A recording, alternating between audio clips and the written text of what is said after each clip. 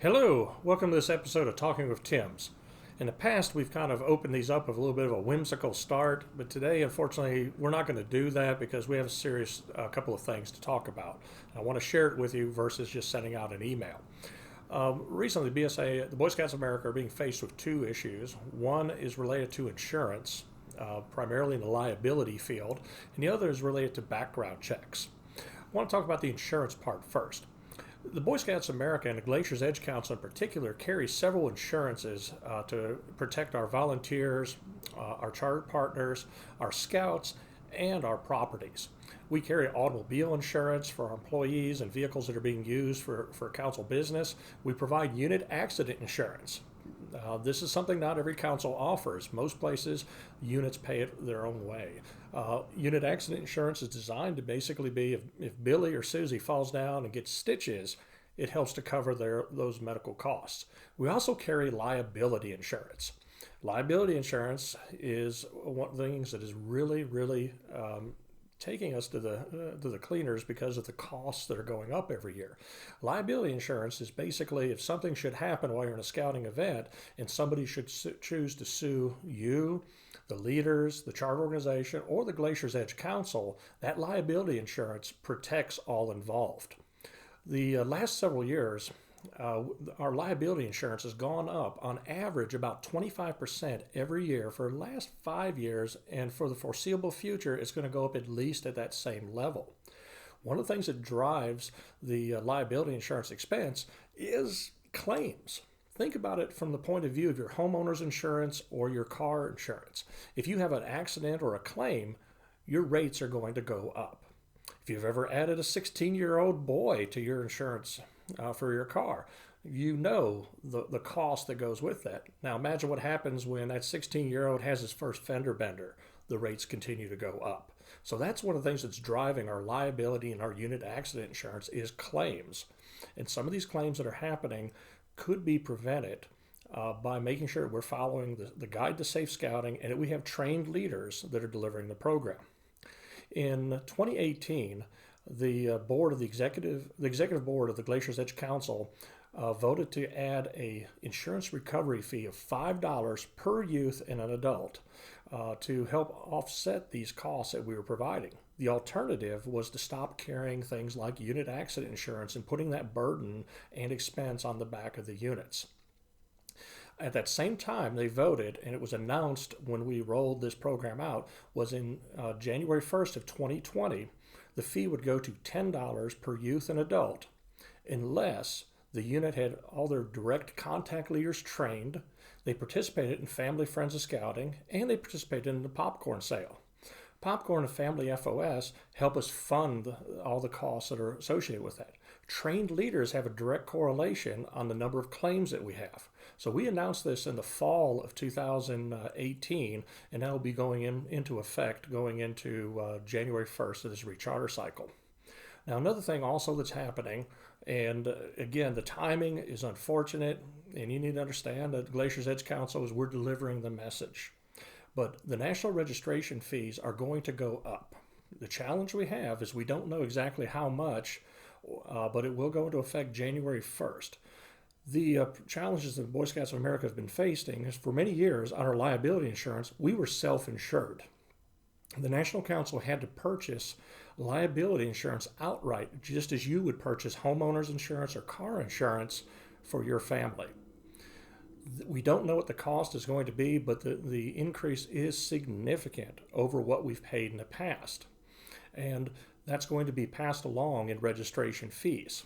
Now, the National Board of the Boy Scouts of America have to meet and approve these fees, and we're expecting to be able to announce the new cost on the 25th of October.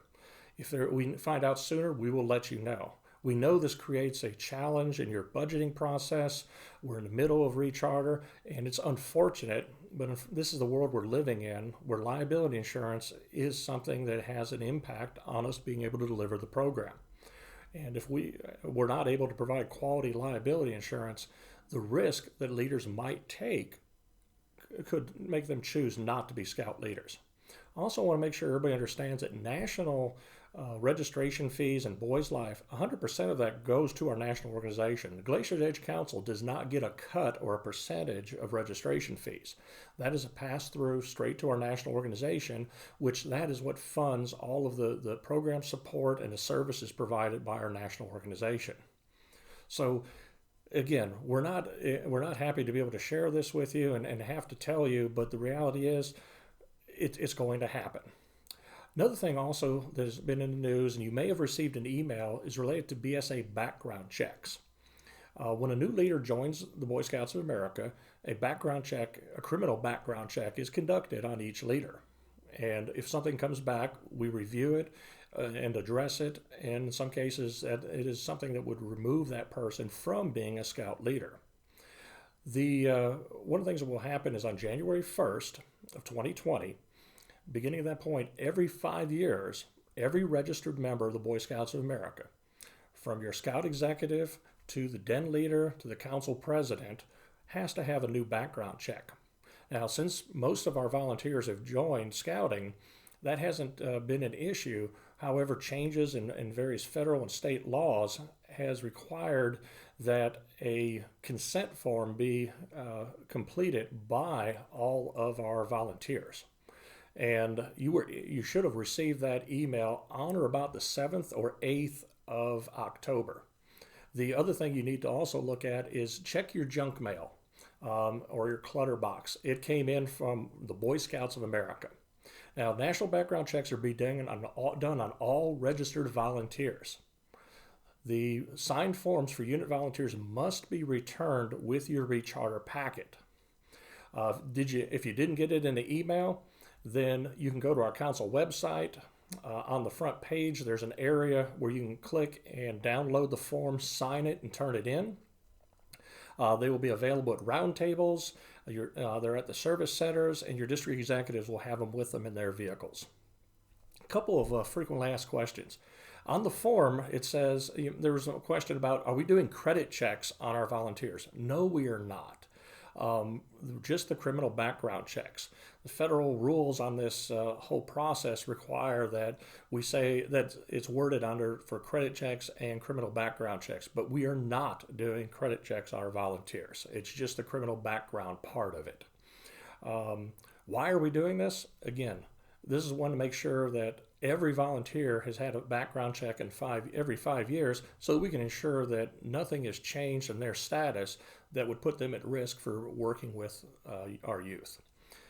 Again, volunteers that are not registered for units still have to complete the form and have their background check.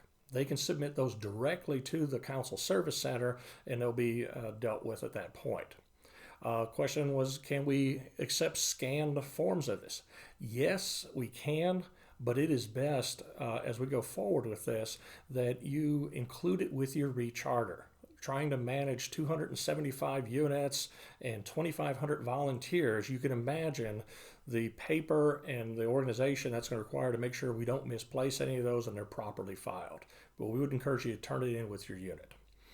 I guess basically in a nutshell, we are doing some amazing things for kids. The full family of scouting program has been very well received. Fall recruitment is going very well. We're ahead of the same point last year. Our camps did a great job this year, and we have nothing but positives are moving forward in scouting. And we want to address these particular issues because the safety of our volunteers and our youth is our primary goal for scouting. The fact that you are registered in scouting is basically a commitment to make protecting our youth a priority. On the council website, you will find a link also to the new national website that talks about youth protection, has kind of a summary that's designed for parents and those who are interested in scouting to know what we do to protect our youth.